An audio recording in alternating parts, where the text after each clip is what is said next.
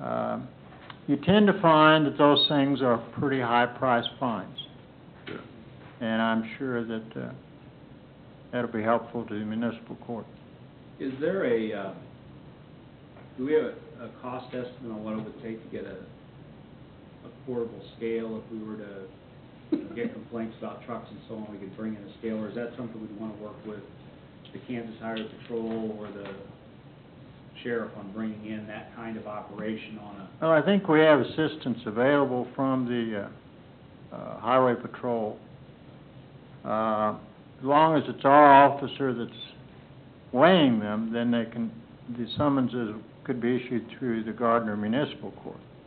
If you have the state issue them, whether it's a sheriff or the Highway Patrol, then it'd have to be issued through Johnson County, which you would not see any of. Okay. I was, in the case of getting complaints, Olathe is fairly active in doing this commercial vehicle enforcement also. Okay. But I know that they spent a lot of money. Sure. Yeah. Sure.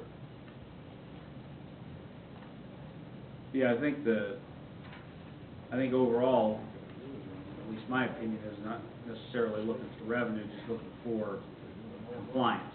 I think Compliance it's is what we need. the better goal. Well, we want the vehicles to be safe that are operating through here because they're large and heavy, and if they're speeding at all, plus bad brakes or bad tires or bad exhaust or whatever else, everybody's in peril. Right. Okay. I think that was a good idea. I'm glad we got it for free, too. That's awesome. Thought you would. Right price. How much overtime was incurred from the Festival on the Trails of this, I guess, 82.7 is what you show for an estimate for 2012? I believe we have that number here.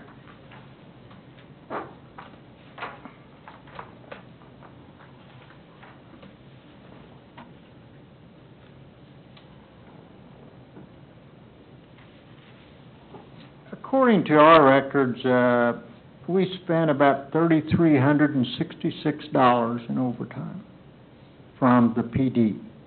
That's cheap. Very. Now, when you kind of cost out the rest of them, Johnson County Sheriff's Department, Fire Department, those kind of things, that number gets up a little higher, up in the, I think it was $8,700. Again, not knowing how many of those are on overtime. Those aren't city costs. So. No, those had nothing to do with city costs. And it's cheap.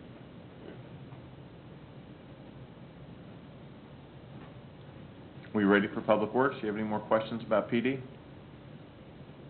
I do not. Okay. Anybody else? Thank you for your time. Thanks, Captain.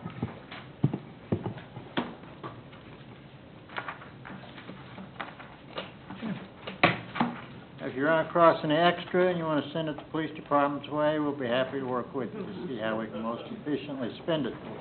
Hey, how'd the click it or ticket Very well. program went very well? Very well, and I think we're going to get a bonus from the state on that. Sometime we'll have to visit about it, but it went very well. I think we issued 138 summonses. Oof. Yeah, we employed a little different way of doing things. Right. Mr. Podovich says we looked at things a little different way. There you go. We had some highway workers that really weren't highway workers for our officers.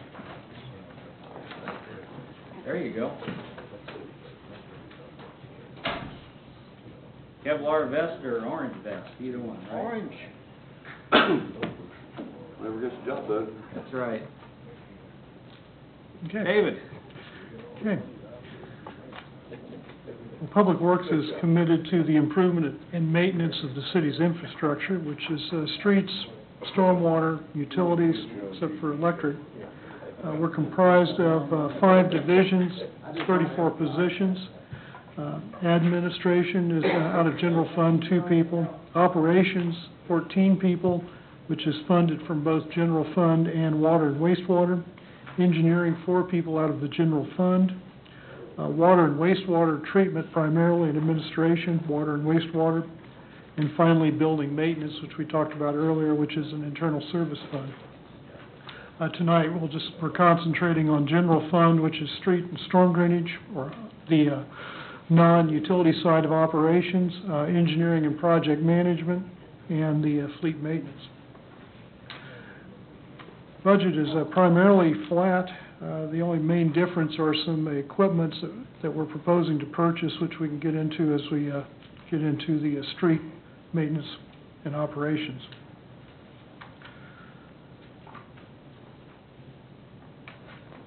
First up, you'll notice as administration, which is myself and an administrative assistant,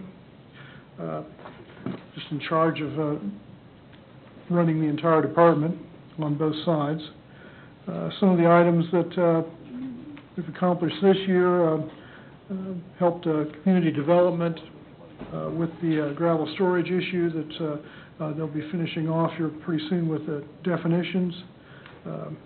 Did finish off the access management plan you all considered and deferred, but we'll be revisiting again here in the near future. Also worked with the Unified School District on their middle school campus on Grand Street.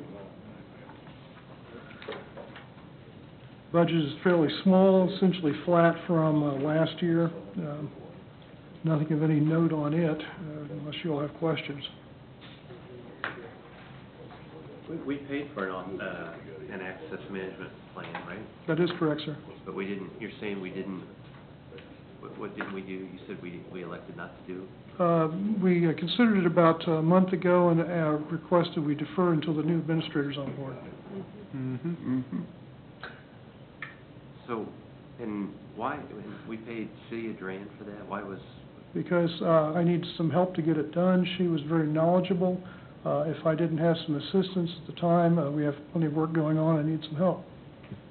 So I retained her because of her knowledge and experience in the subject and could hit the ground running. I also had Trans Systems on retainer to assist and review, and an additional attorney for an outside review of some legal issues, because I wanted to make sure whatever I presented was defensible and in accordance with prevailing standards.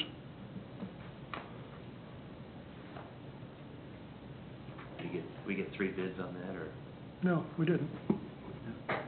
They were both, one was Trans Systems, had a lot of experience in it. I selected them based on their experience, a very fairly inexpensive contract. I think I paid them $3,800. Stinson, Morrison, and Hecker was the attorney. I think the total fee for their review was $577. Affiliates charge was $5,000. That is correct, sir. Based on an hourly rate with a not to exceed, she ended up going over the hours but charged based on the cap over about a 4 or 5 month period. Under the financial policies, requisitions in excess of $1,000 but less than $14,999 shall require competitive bidding. Quotations shall be obtained in writing by telephone or from current catalog price lists. Quotations shall be solicited from at least 3 vendors. Well, sir, in hiring someone with the expertise she had on the subjects, and she and I worked on it extensively, I don't think there was anyone else I could talk to. Additionally, $5,000 in the realm of professional services is fairly small. The city received what they needed for the fee.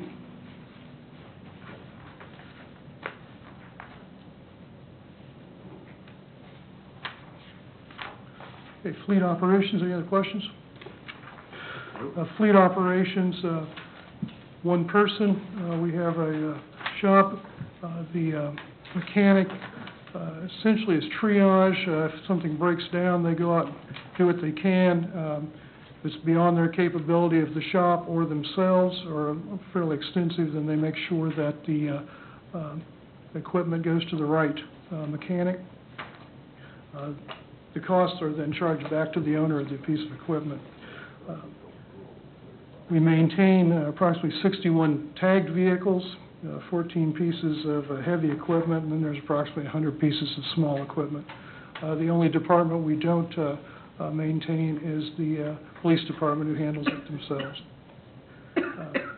Biggest problem we have is the size of the shop. The lift doesn't get heavy equipment up high enough to really do any justice. The mechanic will back up on snow removal if needed, and then when he's backed up, a lot of times either the street or the line maintenance crew will pitch in and help. So it's kind of a cooperative venture. Total budget is very small. I think the estimate in 12 is $91,700, and I think our proposed budget for 13 is $83,800, which is primarily the mechanics' personnel cost. The largest piece of public works on the general fund is street and storm drainage portion of operations. If you'll recall, operations totals 14 people. However, the operations manager and the administrative assistant are split between the general fund and the utility funds. The street crew is a lead maintenance worker plus 5 maintenance workers. And then on the utility side, there's a lead and 4 maintenance workers. One advantage of having them under one supervision is when we do get into snow removal, we can merge crews. When we run into a street operation, we require backup. We'll shift some line maintenance folks over to that side to help with that operation.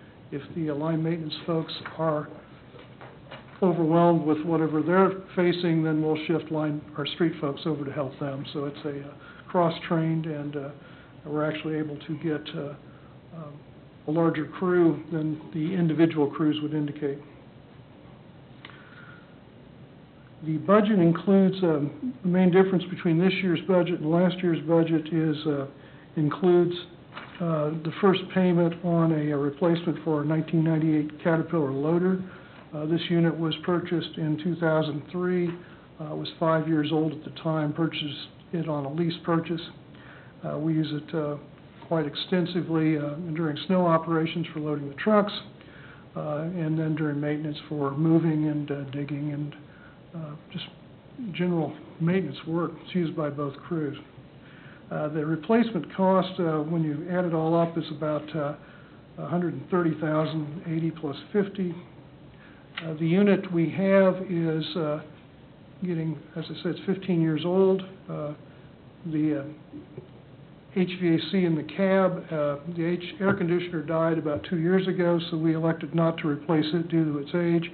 The heater unit is failing now. Total replacement would be about $4,000.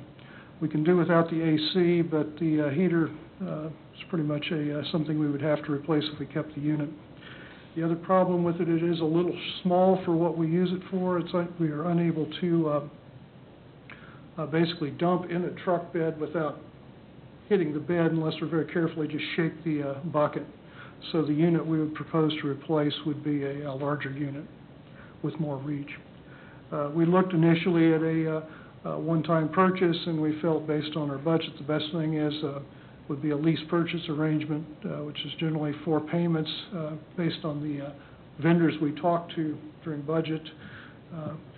Like $20,000 a year for 4 years would cover it, then with a balloon of $50,000 on the last year, and then we would own it, which is the same setup we had with the unit that we currently have. We've deferred purchase of a pickup and a spray injection patcher just to make room for this piece of equipment. Also included in the next year's budget is the dump truck that we talked about earlier this year. It's still included in the fund balance for this year, so basically it would be a carryover if that was the way we went. We were very fortunate in the fact we had no snow this winter, so the lack of the unit did not impact us. Generally, rolling into another winter, we would strongly encourage we revisit that before winter because with the units that we have, it takes 4 trucks to clear our streets expeditiously. Mr. Green, Yes. excuse me, is there any cost savings by purchasing that vehicle during the summertime versus waiting to, the threshold of winter? Not particularly. We've checked that out. I know the dump bed and the plow, Mm-hmm. it's not material. Gotcha. The main reason to proceed with revisiting that purchase before winter is so we could have it before the season starts. No, absolutely. But as I say, the money for that still is in fund balance. Okay. So it says out of service on that, is that 508? Yes, after 508. So it doesn't work at all? After we talked about it, we junked the plow. It was not safe. Our plan was to keep it around in case we needed it as a salt spreader. It kind of like an operation in the 50s, you can't start it without ether. It also, after having sat, the rear axle seals are leaking. The truck basically is useless. So we have not used it since we talked about it.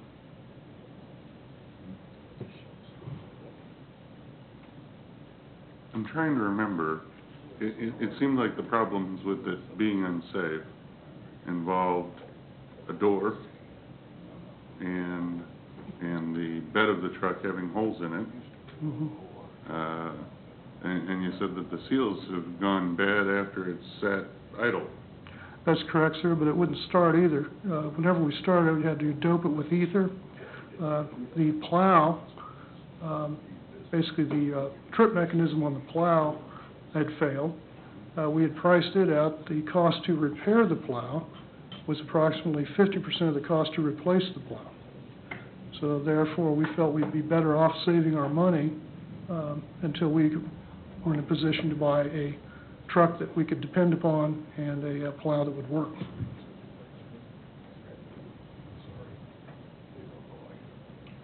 We apparently didn't do a very good job of impressing upon you the condition of that truck when we brought it before you for purchase, but we need a truck, and we should probably get it before the snow flies this winter.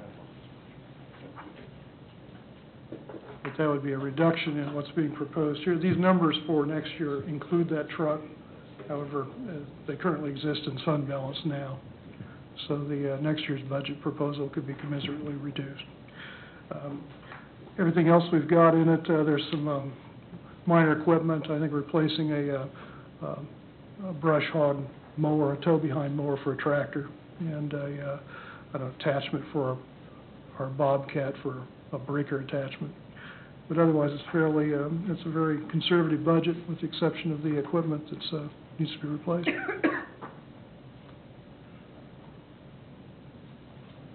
I only see 3 dump trucks on here. You said you need 4. That is correct. Where's the 4th one? The fourth is the one that doesn't run. There's 3, excuse me, pardon me, I misunderstood your question. The other one is in the utilities. The line crew has a dump truck, which makes our 4th. Street crew has 3, line crew has 1. And it has a plow on it then? That is correct, sir.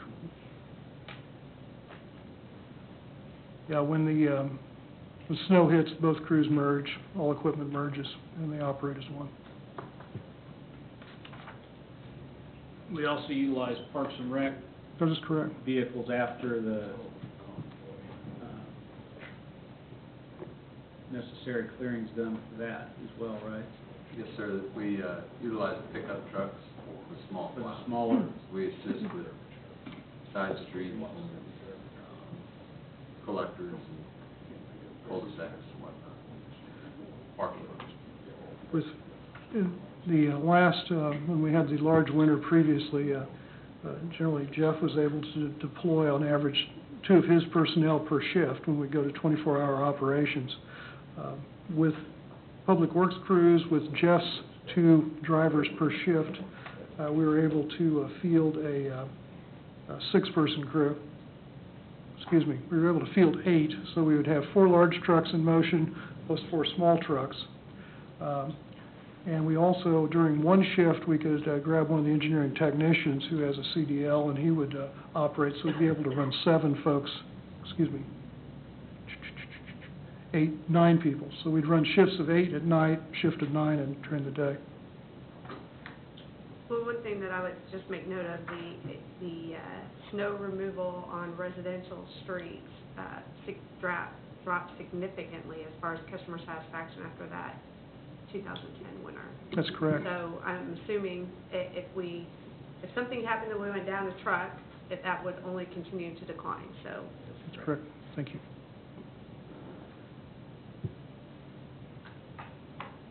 That is correct. Otherwise, in the streets, one of the things we did recently, this year, we, at one point several years ago, the streetlights were always the domain of the electric department. Shifted it to streets since it was primarily a street function. And we were always kind of, since we were dependent upon the electric folks to help us with more complicated things other than light bulb changes, there was always kind of a lot of delays just trying to coordinate between the two. We started talking last year and agreed to basically give the streetlights back to the electric department. That way it'd be more of a seamless maintenance. They're more geared toward streetlights than Public Works. Basically freed up about a person and a half a week from Public Works, with electric taking it back. Essentially, the charge rate was pretty much what we were paying, we're budgeting for electricity plus maintenance. It works out to about $11.75 per light. So essentially, the general fund is leasing the streetlight system back from Gardner Energy. It's a lot better for the customers because there's just one contact for streetlight issues. Public Works has retained the traffic signals, but the streetlights are Gardner Energy's. We did go, prior to doing that, we received the grant from Mid-America Regional Council, and primarily Gardner, or Public Works folks, installed those retrofits. The electric folks helped, but they were busy doing other stuff, so it's primarily our folks with our bucket truck. So that was a major change we had. Continuing to crack fill, and one of our, probably our most comprehensive maintenance we're doing until the budget turns around and we can start some street rehab again on a larger scale. I was noticing that over the last 3 years, we've done less than 1% of our lane miles in overlay. That's correct. And prior to that, 2008, 2009, was that a similar number, or was it? In the last comprehensive program, it was more of a basis of, I think we would have about 400,000 or 500,000 at most, usually 400,000 for overlay. Beginning in 2008, we had 167th Street came apart, so we had to take had to do that. That budget and throw into that because the street had fallen apart. Then the budget crunch hit, and we had to reduce further. So, but we have not. The only meaningful maintenance we've done in subdivisions is the patching, crack filling, and then whenever we do totally lose a street, we'll do a fairly small reconstruction project. Had a couple, I think in 2010, we did about 1.5 blocks, 2 blocks in Cottage Creek area, followed last year about a similar amount in the same general location. And then we'll be starting one over by Wheat Ridge Elementary after 4th of July weekend. And our, when we started the street overlay plan some years ago, our target was 10 miles a year? Target is roughly a 10-year cycle nominally. 10-year cycle of Right. covering everything. Right. It's, adjusted based on condition. I know the number that we came up with, which assumes like a 20% curb replacement, but to follow that, a kind of a benchmark, which we seem to keep hitting every year, kind of dials into about $1.25 million a year would be the, if money was no object, would be basically a nominal 10-year program for the city. One thing, of course, as we've talked in the past, is that it saves us a lot of our streets are new, so therefore we haven't, the bill hasn't come due yet.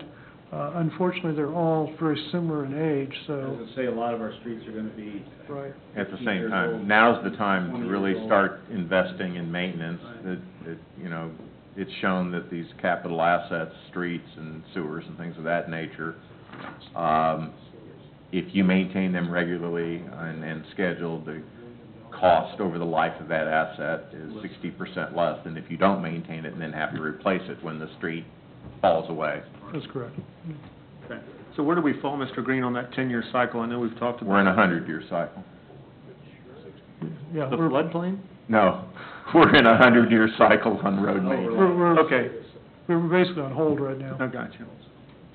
As we fix when we have something just totally go to pot, and, other than that, for curbs, instead of curb replacement, if we do end up with, the curb coming apart, we'll just patch it with asphalt.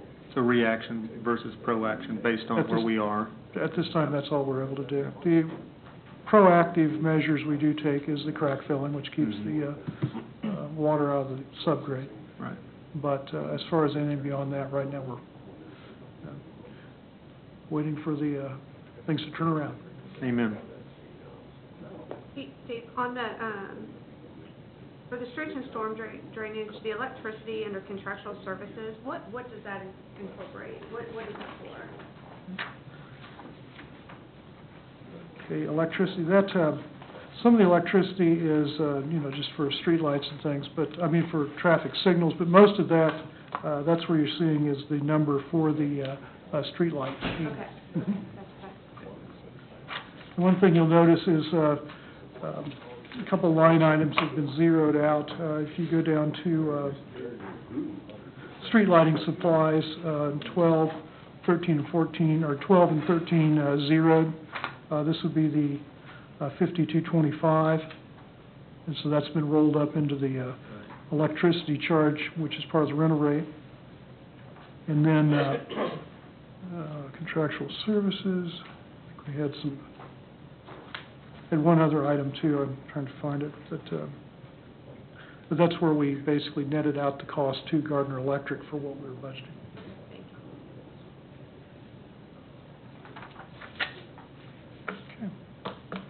Okay, and finally, on the general fund side is engineering.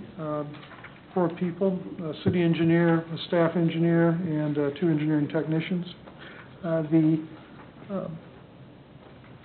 One thing in the 2013 budget is we're asking for $30,000 for professional services for technical support, and primarily for traffic engineering and stormwater engineering. When we do get development proposals, case in point would be the traffic study that we received from USD for the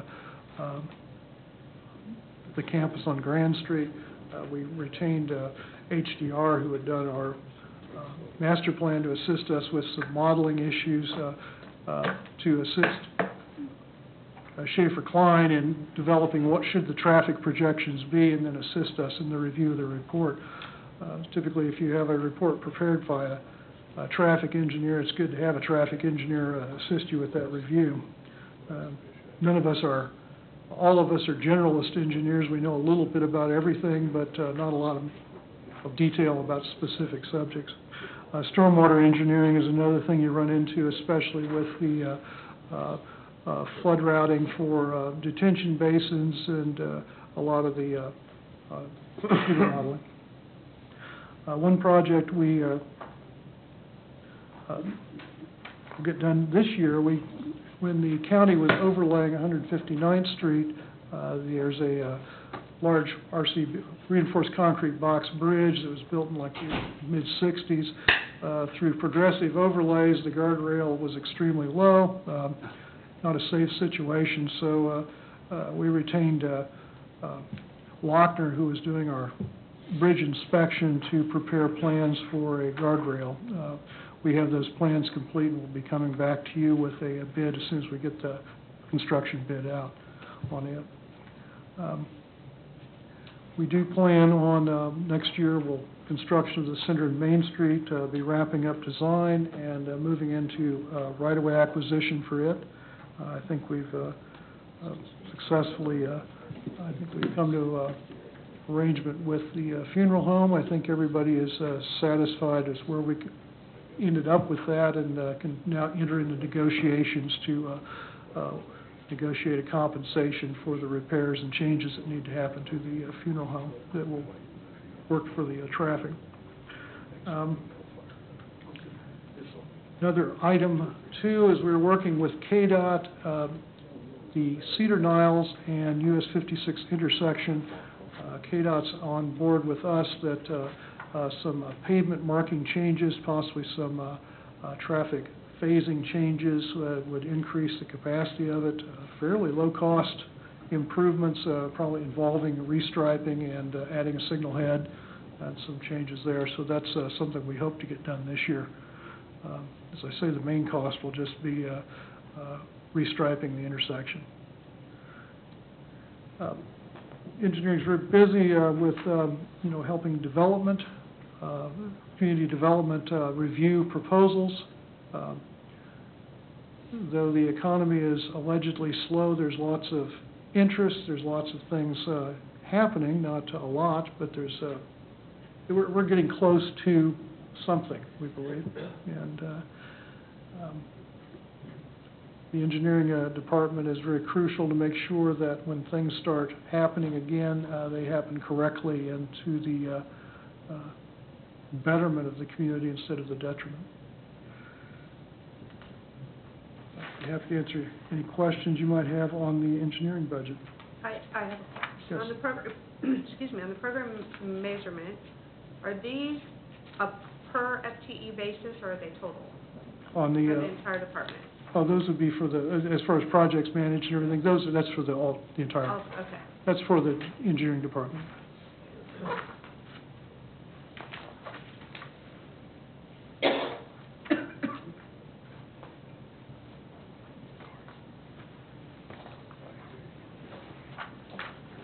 Ready for Parks and Rec? So, yep. Thank you. Thanks, David. Thank you. I'll stand up here so that it appears that I'm hiding behind Dave. All of you can see me well.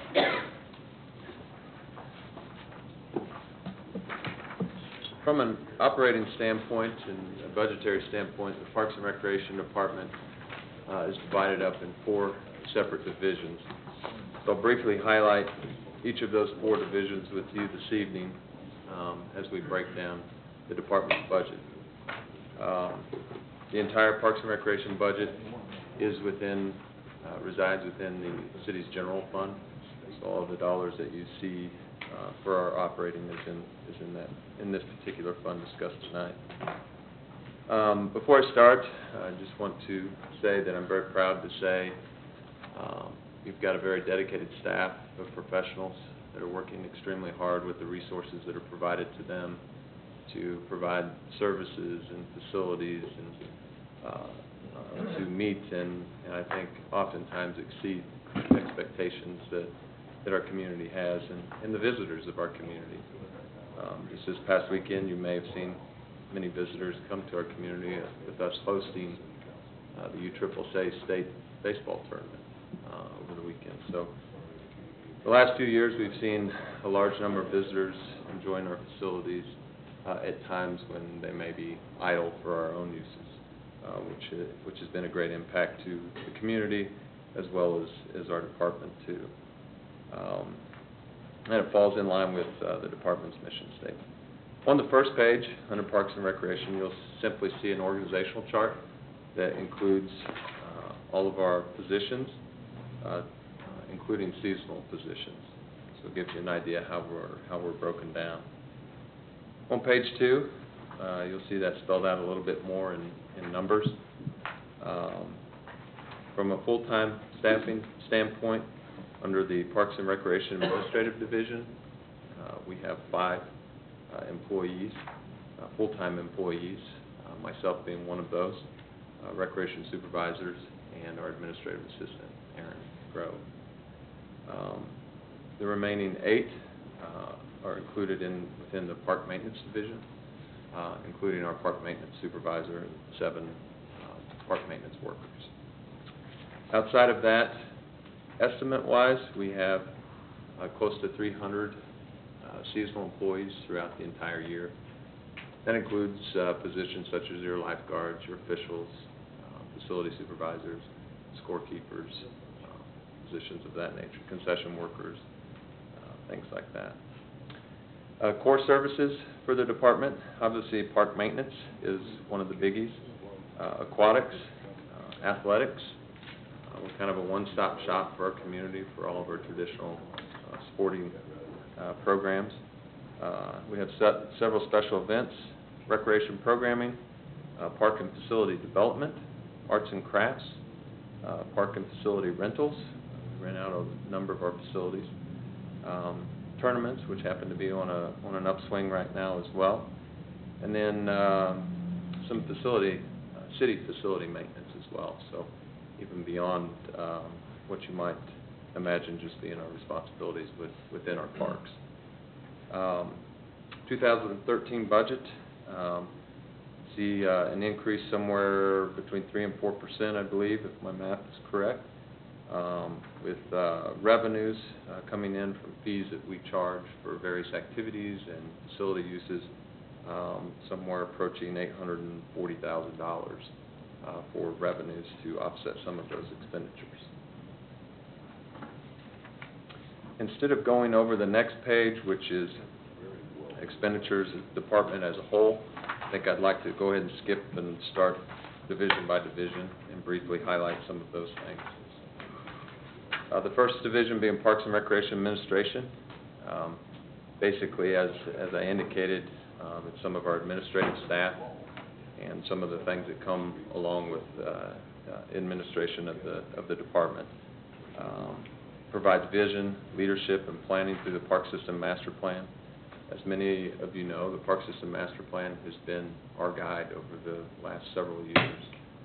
Originally developed in 2002 and has been instrumental in improving a lot of our facilities that were broken, quite honestly, and in developing as our community has developed. Other responsibilities include managing the contract for the operations of the Gardner Golf Course.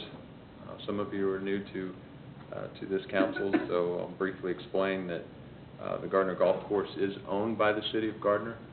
However, there's a long-term agreement that we're currently under that will expire in August of 2018.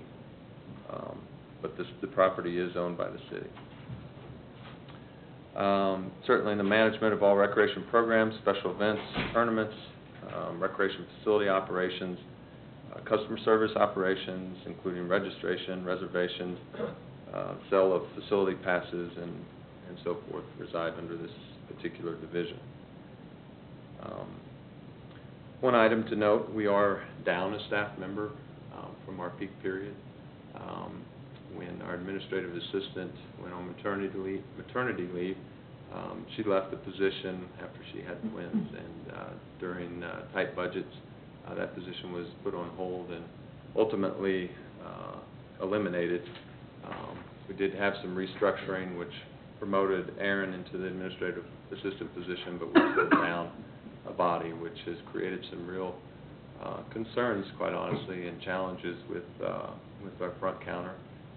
Erin does a fantastic job, and it's amazing the work she does accomplish, but there are times she can hardly catch her breath, even with some assistance from other staff. So it has been a heavy load, but we are managing, and the proposed budget, with the understanding of it still being tight, does not include adding that body back into the department. Goals and objectives in this particular division for 2013. I will not read through all of these, but I want to highlight some major ones or some new ones here. Most of you heard me bring up some concerns in our capital improvement plan with the gutter system on the lap lane pool at the aquatic center. That's a very real concern. I don't want to play it light at all. This year we're continuing to see more and more signs of failure. We had more and more welding that we had to do on those stainless steel gutters. It's a very real concern, and if that system breaks, so to speak, then we'll simply have to shut that pool down, and I don't think that's anything that any of us want to see, and certainly as popular as the facility is, with roughly 80,000 visitors per summer, something we need to do our best to address. And I've already visited some with Laura, and we're talking about some possible options on understanding that a cost of this magnitude would be difficult for the general fund to absorb, what kind of debt financing options might we have to bring forward to you for consideration? Perhaps some other projects along with that for safety reasons or just operation reasons, but we can get into some of those as well. Jeff, before you go on, Yes, you sir. said that there's 80 to 90,000 people per summer at the pool, Yes, sir. and so if the gutter fails, we would have to give them their money back, basically? So there's ancillary cost to the operational cost on the Yeah. mechanical side? That would be a real possibility. We are budgeted to generate about $400,000, give or take, in revenues for the facility, which would include swimming lessons that we would hold, which are predominantly in that pool.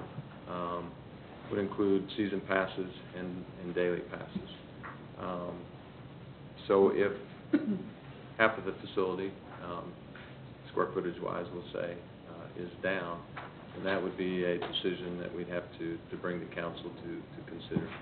And I think even beyond that, just the inconvenience for the citizens, that it's like we said, it's a very popular facility. It's one that they do enjoy and quite honestly expect to see running. So just wanted to highlight that. I know we're not focused on capital improvement plans and so forth, but it's something that we are going to study. I've already had a phone conversation with a pool engineer just to see if our budget number is fairly close for budget guesses, and we'll continue some discussions over the next few weeks to maybe do some inspecting and so forth.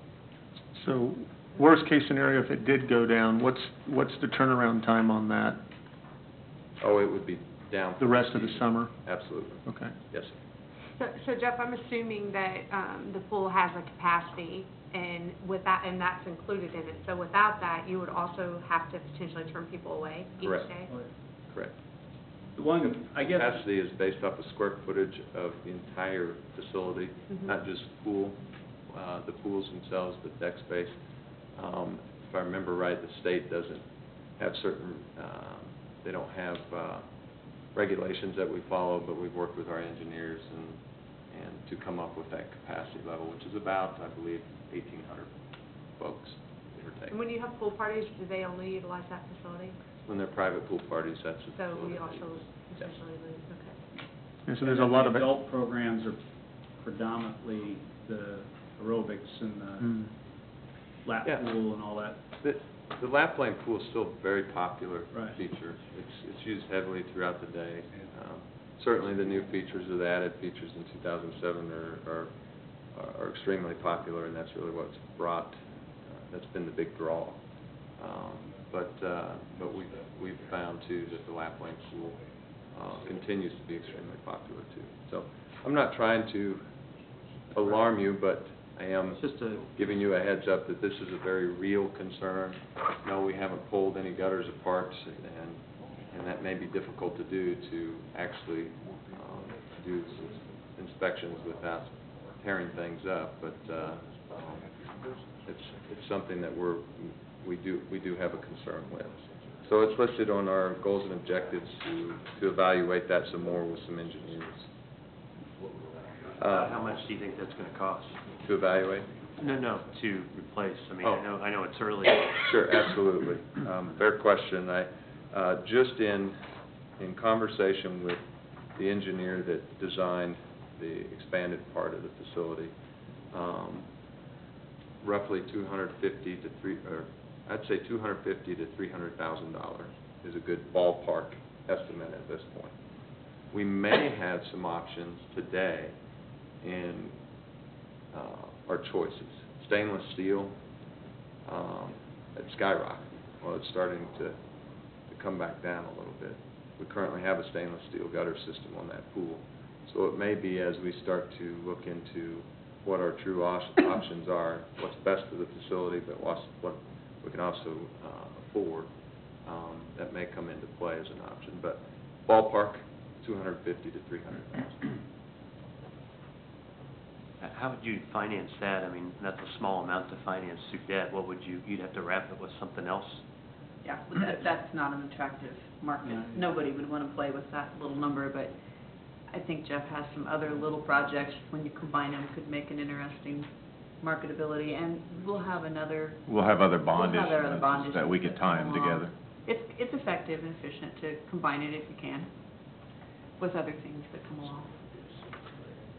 Which leads me to item number 2, develop some cost estimates for improvements at Westside Park to include a new concession restroom facility, improved drainage, some drainage improvements, and then possibly the paving of the gravel overflow parking lot. That would be another item. It's a well-used park. We've made a number of improvements over the last 8 to 10 years out there. Everything except really some of the items I've just listed. So it's still used for tournaments, still heavily used for league play, and picnics and so forth. So something to consider there, and we'll get some cost estimates on developing some of that stuff for your consideration too. Hey Jeff, one of the things I think we talked about earlier this year is the fact that there was, I think, 1, maybe 2 tournaments that we couldn't support because of the condition of that field, of that facility, I guess. Yeah, in fact, this past weekend, we hosted the 11-year-olds and the 12-year-olds for the USSSA AAA levels. We were also granted the 14-year-old age group. We, in looking at our facilities, number of fields, we could have managed it between Celebration Park and Westside Park. But with parking as it is and the concession and restroom facilities that we have there, for a state level type tournament, it just would not be to the level that would be expected. So we had some real concerns with that. Parking would be an issue even if the overflow was paid. We'd have to work around some things there. But the number one complaint we receive for out there is our concession and restroom facilities. Drainage would be number 2, but Drainage where? On the fields or? yeah, the way the fields were constructed many years ago, the way it drains currently is it's coming across the common area, if you will, draining onto the fields instead of sloping away off of the fields and then into some inlets or whatnot to keep the water off of the fields. So it creates a challenge for preparing ball fields for games after wet weather. So, and washouts too. Laura, I guess this question is probably for you. Is there any way for us to correlate, so like this tournament this weekend, can you correlate that to sales tax revenue within the city? Well, it's not split. I get it by the month, and it comes. But even if it was an increase, I mean, if we We knew could that- try, it would have to, we'd have to nail it down. I don't get it for 2 months, but we could try to go back. I think just anecdotally, it's pretty obvious we're getting something. You can't get into Good Sense, you can't get into Cherryberry, you can't get in a lot of those places on the weekends with little kids in uniforms everywhere. But we could try. It's a substantial impact. I would say it's pretty significant, but Yeah, I I don't mean, know I if would can- like to, I mean, even if we could just trend. Yeah. You know, I think that We would could try. be helpful, and as we talk about some of this stuff, it's one thing for us to get our costs back, but it's another thing. I mean, we spend a lot of time talking about driving people to Gardner and sponsoring or supporting these events, but if we could justify, I mean, I think that might help with. Sure. One of the I can comments start- that have come back from the chamber is that there needs to be better coordination when those events are coming, because people are running out of, like Cherryberry ran out of Yogurt. yogurt. And- Excellent point, and we're starting to have some of those monthly meetings where we'll share our calendar, not just with the chamber, but with the police department, fire district, and other parties that might have some interest in it, so they can help get the word around and even build a community calendar, so to speak. I had a business owner come in today, asking to meet with me, and saw an impact from the tournament over the weekend. Saw some uniforms come in and was interested in getting more involved with the facilities out there and what options he would have, perhaps even dealing with some with concessions too. So certainly there's some interest out there. Westside Park, even outside of tournaments, it's something to consider with our own leagues, our own activities and things that take place.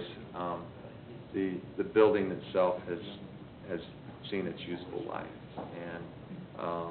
and we've Band-Aided it, and we'll continue to do so as long as we need to. But that's our weak link on the chain out there. So based on Christie's, interest in trends and, the obvious positive impact it has, I mean, wouldn't the return on our investment, from let's build what we need, and maybe more will come, so we can host bigger and better quality tournaments? I mean, Absolutely. isn't that the idea? Sure it is. Okay. More have been coming. There's no doubt about it. And more would come if we had better facilities, based on One what could you make said. that argument, Yeah. certainly. Okay. Yeah. We have had a phenomenal year in tournaments. Outside the state tournament this year, we hosted another one that had 16 in it, I believe it was, and that was at both facilities all weekend. And these are filling in the gaps between our league games. We're not pushing our citizens aside, so to speak.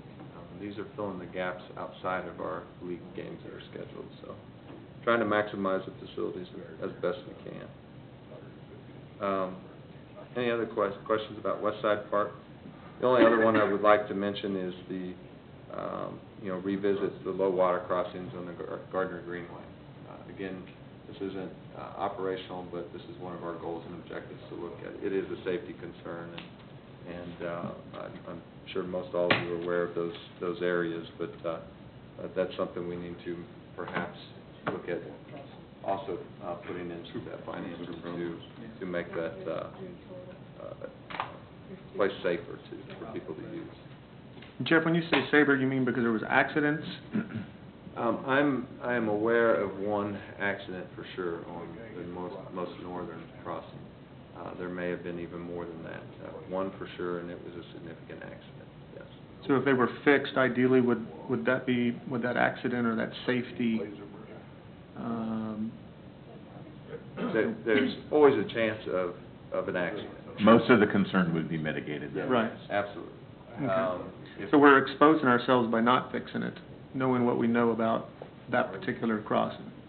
Well, not being an attorney. No, Probably so. Yeah, I mean, just It is our a safety- responsibility it from is an a OSHA safety- standard of providing No question. safe property. And really, we're seeing more storm drainage and things there. We've got bank stabilization concerns too. It's a matter of time before those crossings just wash out completely anyway. And the other issue is the piping.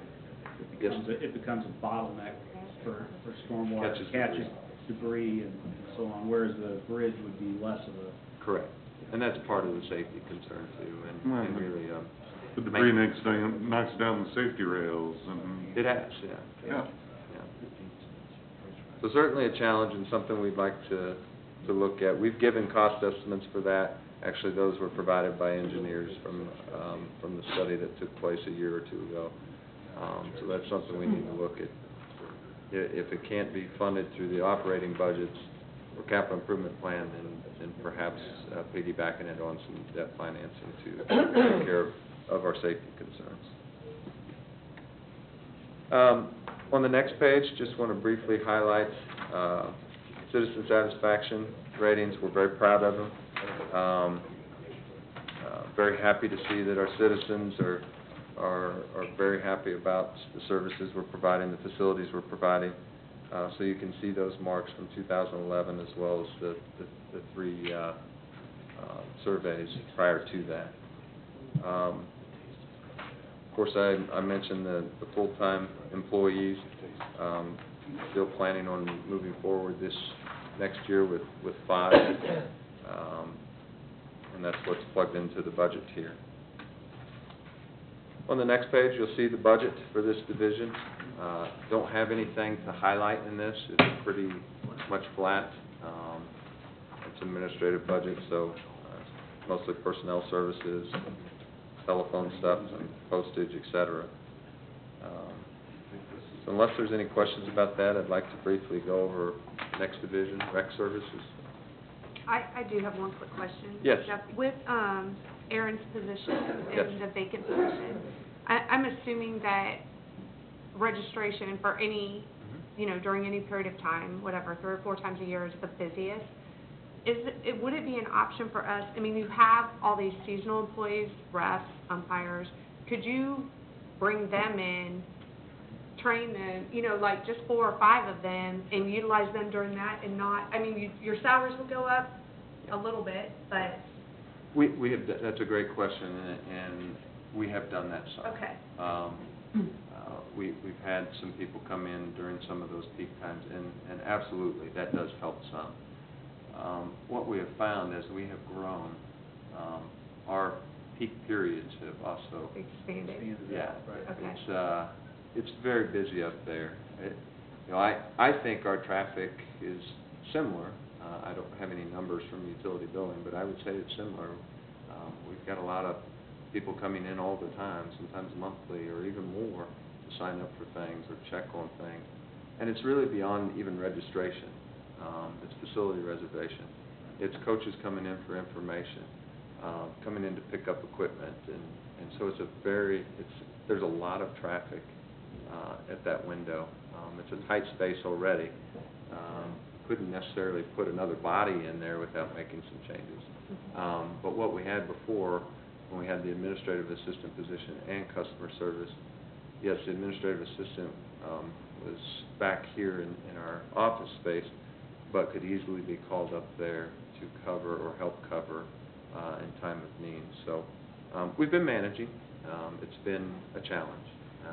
Erin is as great as she is. She's really pulled us along. But yes, bringing in some seasonals from time to time. There's computer training. We do use our software for that. But we have been doing some of that. Okay. And I think even in the budget, you see $2,000 that would reflect that. Now this year, in Matt's absence, we utilized all of that and then some just to help us get through a difficult period. But yeah, absolutely. Any other questions about that division? Okay, Recreation Services is the next division. This is where we budget all of our programs, our activities, exercise classes, arts and crafts, special events, and so forth. Also, advertising for all these programs combines the seasonal activity guides, the quarterly guides that we send out, the website, newsletters, school flyers, et cetera, that we do to advertise these programs. That's within this budget. In general, all of our recreation programs and events are designed to be self-supporting, covering all their operational costs. So if it's baseball and you have uniform costs, equipment costs, officials costs, and so forth, the fees and the sponsorships, the revenue we generate from that covers those operational costs. Doesn't necessarily cost or cover costs for Erin being up front taking registration or administrative costs, but covers operational costs for that particular program. In the requested budget, we are requesting for just hourly employees a 25-cent increase per hour in pay. Our hope is if we can do this over years, we'll have all of our positions at or above minimum wage. Currently, we do not. We're exempt from that law for many of our positions because they're seasonal, they're recreational. So we are exempt. We're not breaking a law. However, we'd like to see us get all of our positions at least at minimum wage. So we're not proposing an increase for any of the officials. They're paid by the game, positions of that nature, but just hourly employees that are seasonal in nature. Jeff, what's the competition like in Overland Park, at that soccer complex or, any of those when it comes to rate of pay? I mean, what does that look like? Are we below or above or? I have not looked at recent survey information, but I feel safe in saying that for a majority of the agencies that I'm familiar with, all of their positions are minimum wage or above. Okay. I feel safe in saying that. Now, I could be wrong on some of them, but I believe a majority of them. I'm sure you're right. Now, for tournaments, those officials are hired by the sanctioning It depends. entity? Yeah. If it's an outside group coming in, they're bringing in They're official. their fish. Now, it may be some of our officials that they're using, but they're paying them. Right. This past weekend, that was our tournament, so it's all of our people. We may contract out a couple of officials that aren't on payroll, but for the most part, it's folks on our payroll. How many